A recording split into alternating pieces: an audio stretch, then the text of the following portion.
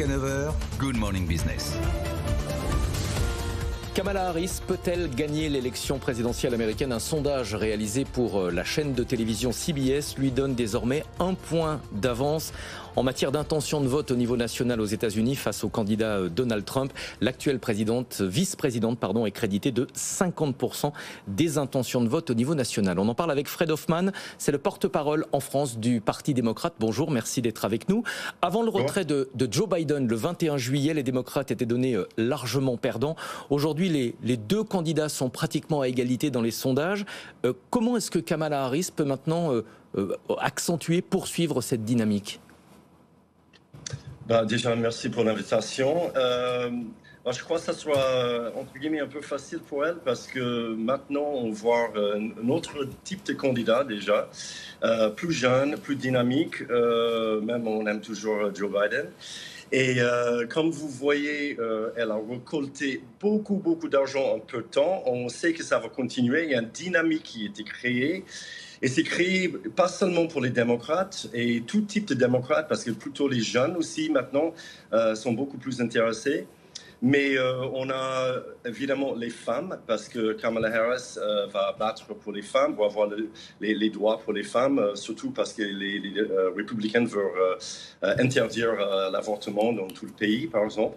Et une autre chose qui est intéressante, c'est que maintenant, elle va attirer plus de républicains qui n'aiment pas du tout Trump.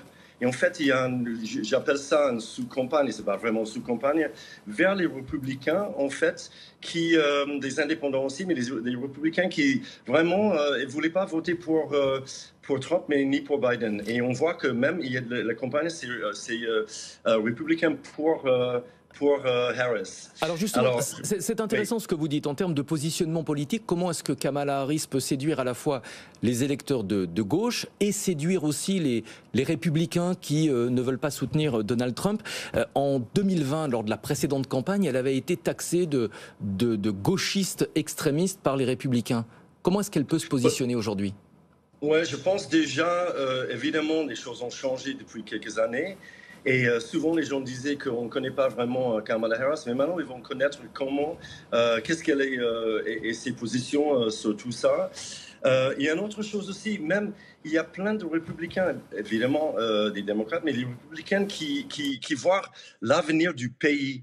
Et c'est pour ça qu'ils ne veulent pas voter pour Trump. Ils voient que lui, il n'est pas apte d'être président.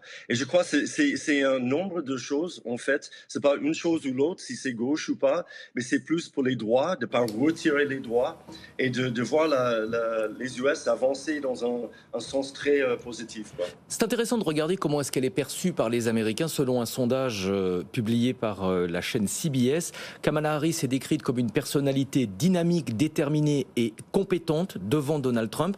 En revanche, elle apparaît comme étant beaucoup moins ferme que l'ancien président américain. Il y a 18 points d'écart entre les deux candidats sur ce qualificatif. Comment est-ce qu'elle peut corriger le tir? Comment est-ce qu'elle peut apparaître comme étant pas faible ni laxiste aux yeux des Américains? Oui, mais je pense dans les semaines à venir, avec la campagne, elle va avoir la possibilité de prouver ça et d'annoncer tout ce qu'elle avait déjà fait avant même elle était vice-présidente, parce qu'elle était procureure. Elle avait fait plein de choses déjà, l'avocat qui sait comment plaidoyer bien. Et une autre chose, je pense, même s'il y a un débat avec Donald Trump qui a peur d'elle, c'est pour ça qu'elle ne veut pas faire le débat sur ABC, elle va se présenter et elle va avoir quelques heures, peut-être toute seule, sur le podium pour présenter tout ce qu'elle a fait et ce qu'elle va faire. Plutôt, je pense que les gens vont regarder vers l'avenir. Et c'est ça qui est plus intéressant. Oui, évidemment, tout le monde va essayer, j'ai dit tout le monde, les républicains vont essayer de trouver les choses de son passé comme ils font tout le temps. Mais il faut aussi voir qu'est-ce que c'est son vision, pour l'avenir. Sa vision politique, oui. L'actualité de ce mardi, c'est l'annonce en principe du nom de son colistier pour l'élection présidentielle. Un premier meeting en tandem est prévu ce soir à Philadelphie. Parmi les noms qui circulent actuellement, il y a Josh Shapiro, c'est le gouverneur de Pennsylvanie, il fait figure de favori, mais il y a plein d'autres noms, hein. On parle de Mark Kelly, Tim Walz, Andy Beshear, Pete Buttigieg.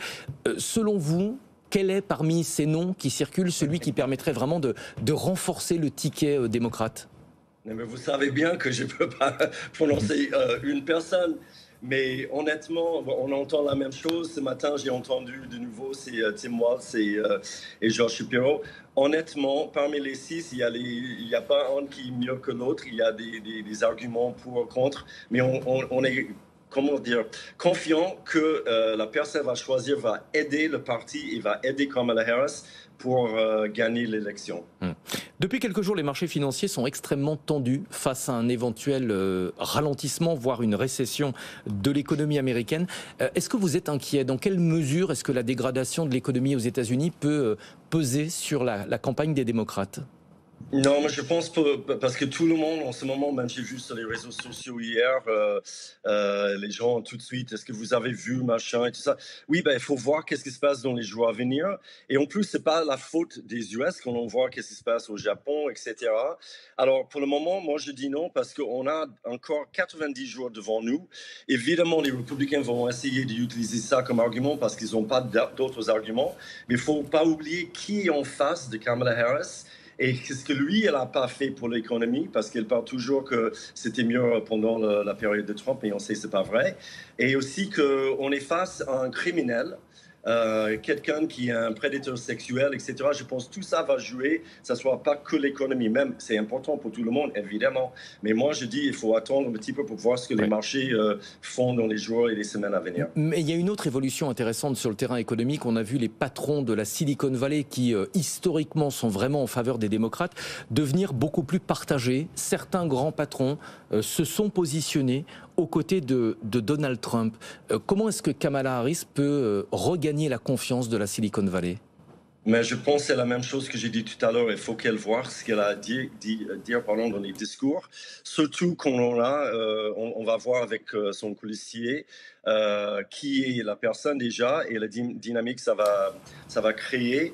Moi, honnêtement, j'ai pas entendu ça. Je crois qu'il y avait quelques personnes, mais n'oubliez pas aussi, il y avait J.D. Vance qui était de Silicon Valley, mais sauf il était,